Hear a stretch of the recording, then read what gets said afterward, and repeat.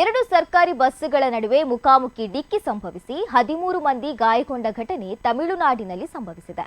ಮೂಲಗಳ ಪ್ರಕಾರ ಕೃಷ್ಣಗಿರಿ ಕಡೆಗೆ ಹೋಗ್ತಾ ಇದ್ದ ಸರ್ಕಾರಿ ಬಸ್ ತಿರುವಣ್ಣಾಮಲೈ ಕಡೆಗೆ ಹೋಗ್ತಾ ಇದ್ದ ಮತ್ತೊಂದು ಬಸ್ಸಿಗೆ ಇದ್ದಕ್ಕಿದ್ದಂತೆ ಡಿಕ್ಕಿ ಹೊಡೆದಿದೆ. ಈ ವೇಳೆ ಇಬ್ಬರು ಪ್ರಯಾಣಿಕರು ತೀವ್ರವಾಗಿ ಗಾಯಗೊಂಡಿದ್ದು, ಇತರ 11 ಜನರಿಗೆ ಸಣ್ಣ ಪುಟ್ಟ ಗಾಯಗಳಾಗಿವೆ. ಸದ್ಯ ಗಾಯಾಳುಗಳನ್ನ ಸಮೀಪದ ಸರ್ಕಾರಿ ಆಸ್ಪತ್ರೆಗೆ ಕರೆದೊಯ್ಯಲಾಗಿದೆ.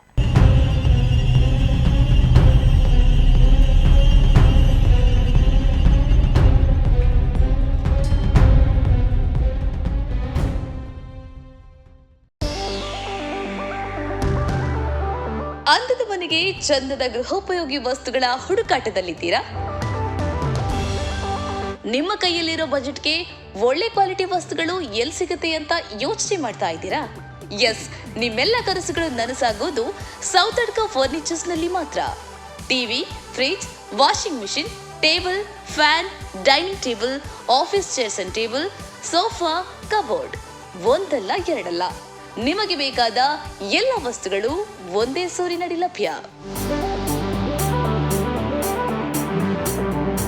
ನಿಮ್ಮ ಬಜೆಟ್ಗೆ ನಿಮಗಿಷ್ಟವಾದ ವಸ್ತುಗಳನ್ನ ಇಲ್ಲಿಂದಾನೇ ತಗೋಬಹುದು. ಇದಿಷ್ಟು ಮಾತ್ರವಲ್ಲ, ನಿಮಗೆ ಬೇಕಾದ ವಸ್ತುಗಳನ್ನ ನಿಮಗೆ ಬೇಕಾದ ರೀತಿಯಲ್ಲೇ ಡಿಸೈನ್ ಕೂಡ ಇವರೇ ಮಾಡಿ ಕೊಡ್ತಾರೆ. ಅಂಡ್ EMI ಫೆಸಿಲಿಟಿ ಕೂಡ ಇದೆ. ಹಾಗಾದ್ರೆ ಇನ್ಯಾಕ್ ತಡ?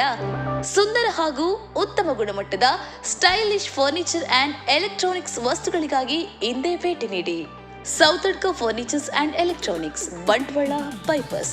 ಕಾಂಟ್ಯಾಕ್ಟ್ 9108929373, 9731679373.